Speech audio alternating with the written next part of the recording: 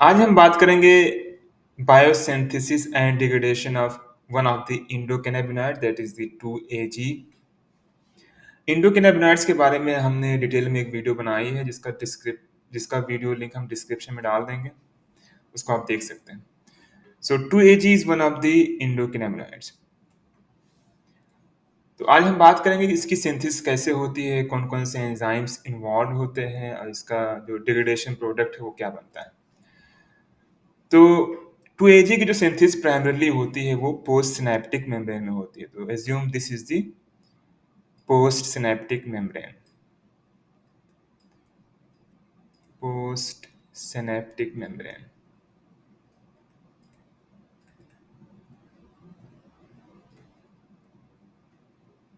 membrane, and I am here showing the one of the GPCR, that is the very common receptor, that is the G protein coupled receptor. And this GPCR on the cytosolic side is linked to different G proteins, that is G alpha, G beta, and G gamma. And importantly, when G alpha is linked to the ADP, that is called as the inactive state. तो अगर ADP attached है G alpha से, so that is GPCR is inactive. But when this ADP is exchanged with the ATP, then it becomes active or activated. तो ये active कब होता है? जब इस पे कोई इसका एगोनिस्ट मॉलिक्यूल बाइंड करता है या कोई भी जो मॉलिक्यूल जो इसको एक्टिवेट करते हैं। तो अगर आप इसको एज्यूम करें कि जो GPCR है, for example this is the M GluR receptor, M GluR receptor. So this is the one of the GPCR receptor. अच्छा, जब हमने एम ग्लूर इसको एज्यूम कर लिया तो इसका जो एगोनिस्ट मॉलिक्यूल है that is the glutamate, that is also one of the neurotransmitter. तो जैसे ही ग्लूटामेट इस पे बाइंड करेगा ये इसको एक्टिवेट करेगा। सो एक्टिवेट करने से क्या होगा कि जो ये जी प्रोटीन्स है ये यहाँ से डिसोसिएट हो जाएंगे। तो जो जी बीटा है और गामा है वो तो मेम्ब्रेन से अटैच रहेंगे, जी बीटा जी गामा दोनों साथ में। लेकिन जो जी अल्फा होगा वो एक्टिव फॉर्म में हो जाएगा और एडीपी जो होगा वो एक्सचेंज हो जाएगा एटीपी से। So G alpha coupled with the ATP, that is the active form of G alpha protein, and this is also called a G alpha Q. So this is the active form of G protein. अच्छा, अब ये G alpha क्या करेगा या GQ कह लें आप, GQ क्या करेगा? ये एक्टिवेट करेगा another enzyme that is called as PLC, that is phospholipase C. तो हम यहाँ लिख देते हैं phospholipase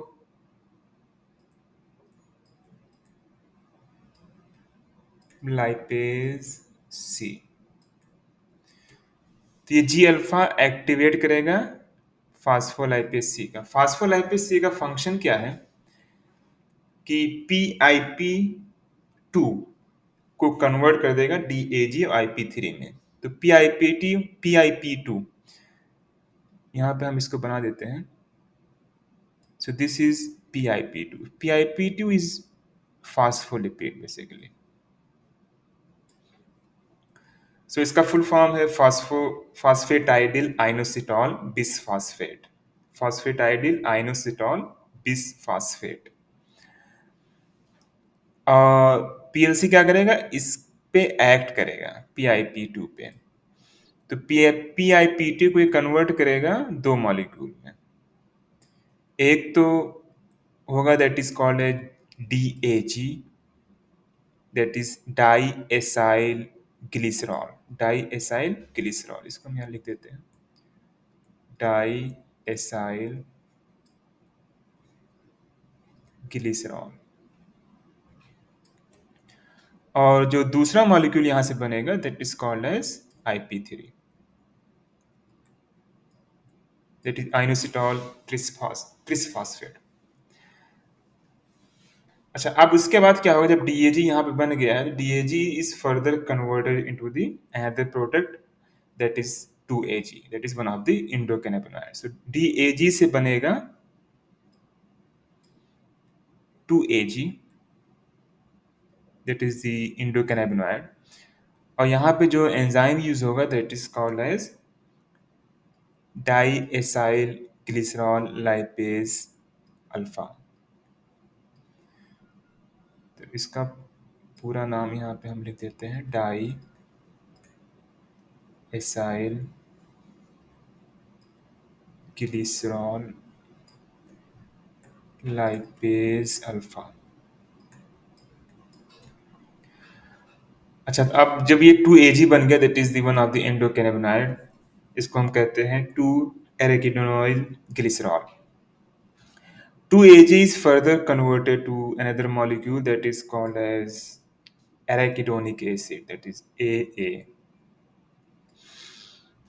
एंड यहाँ पे जो एंजाइम यूज होगा that is called as MAGL। So it's very similar to this one, like diacyl glycerol lipase alpha. This one is the monoacyl glycerol lipase. So monoacyl glycerol lipase ने क्या किया कि 2AG that is इंडोकैनाबिनॉइड था उसको convert कर दिया arachidonic acid में। अब यहाँ पे फर्दर क्या होगा कि arachidonic acid further converted to into different molecules और इकिसनॉइड्स। तो एराकिडोनिक एसिड से बन सकता है प्रोस्टाग्लैंडिन्स,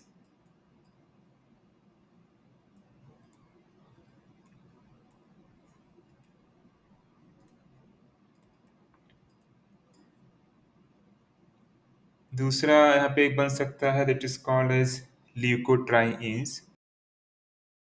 ल्यूकोट्राइन्स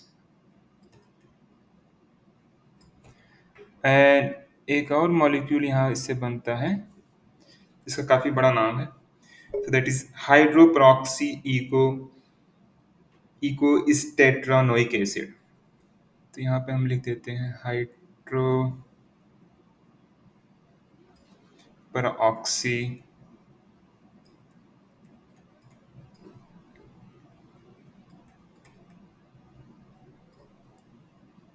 इको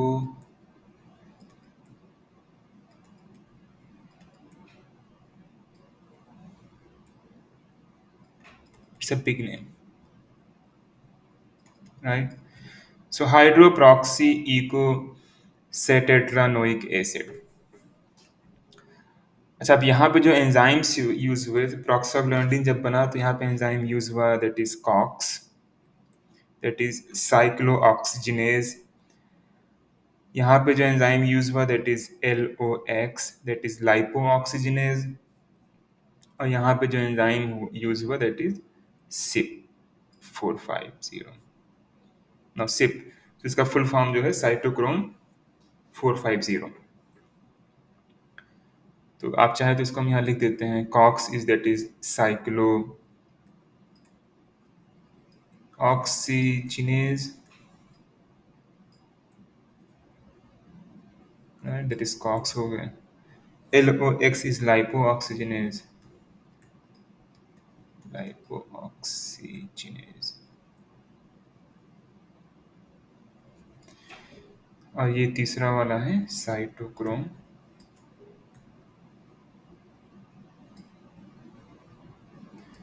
450। ठीक है, तो एराकिडोनिक एसिड का डिग्रेडेशन जो हुआ प्रोस्टाग्लैंडिन्स में हुआ, ल्यूकोट्राइन्स में, और ये थर्ड मॉलिक्यूल में हुआ। तो ये पूरा जो प्रोसेस है ये है कैसे arachidonic acid, not the arachidonic but endocannabinoid 2AG is synthesised. तो इसको अगर हम समराइज करें पूरे प्रोसेस को, तो अगर स्टार्ट करें यहाँ GPCR से, राइट। सो GPCR पे जब कोई एगोनिस्ट मॉलिक्यूल बाइंड किया, फॉर एग्जांपल अगर GPCR यहाँ पे mGlur5 है तो ग्लूटामेट बाइंड करेगा। जब ये बाइंड करेगा तो G अल्फा यहाँ पे जो इसका ADP है वो ATP से एक्सचेंज हो जाएगा जो कि एक्टिवेटेड फॉर्म है। और G अल्फा क्या करेगा, फास्फोलाइपेज C को एक्टिवेट करेगा and this activated phospholipase C acts on the PIP2 that is phosphatidyl inositol bisphosphate, और ये कन्वर्ट होगा फिर इनटू DAG एंड IP3 दो मॉलिक्यूल में। DAG फिर फर्दर कन्वर्ट होगा endocannabinoid that is 2AG with the help of enzyme that is diacyl glycerol lipase. 2AG is further converted into the AA with the help of MAGL that is monoacyl glycerol lipase. So this is the degradation of the 2AG into AA. Further, arachidonic acid is converted into the different molecules that is prostaglandins, leukotrienes, and hydroperoxyecosetetranoic acid with the help of the enzyme like COX, LOX and CYP. So ये पूरा process है। अच्छा यहाँ पे एक चीज़ और note करने की है कि टू जैसे यहाँ से 2AG से AA बना फिर उसके बाद प्रोस्टाग्लैंडिन बना। ये यहाँ यहाँ पे 2AG से कभी कभी डायरेक्ट प्रोस्टाग्लैंडिन ही बन सकता है। So that's the point two remember. अच्छा इसमें और एक चीज़ यहाँ पे अगर हम बताना चाहें तो IP3 का जो काम होता है तो IP3 बेसिकली जो एंडोप्लाज्मिक रेटिकुलम पे जाके बाइंड करता है फिर वहां से कैल्शियम रिलीज को प्रमोट करता है। तो दैट्स अ डिफरेंट एस्पेक्ट। तो इसमें एक चीज़ और हम बता देते हैं कि ये जो प्रोस्टाग्लैंडिन्स है और ये जो दूसरा molecule hydroxy and third one is the leukotrienes, all these molecules are called as the eicosanoids।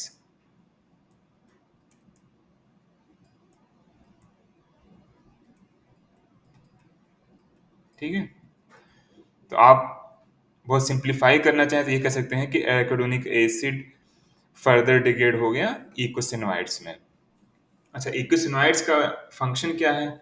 So it regulates various biological functions जैसे पेन,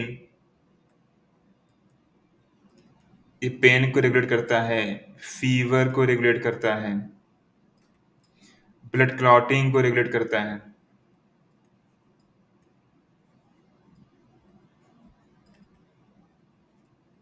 इसके अलावा ये स्वेलिंग जो होती है उसको भी रेगुलेट करता है। मतलब इसके बहुत सारे फंक्शन हैं और इन्फ्लामेशन को भी करता है।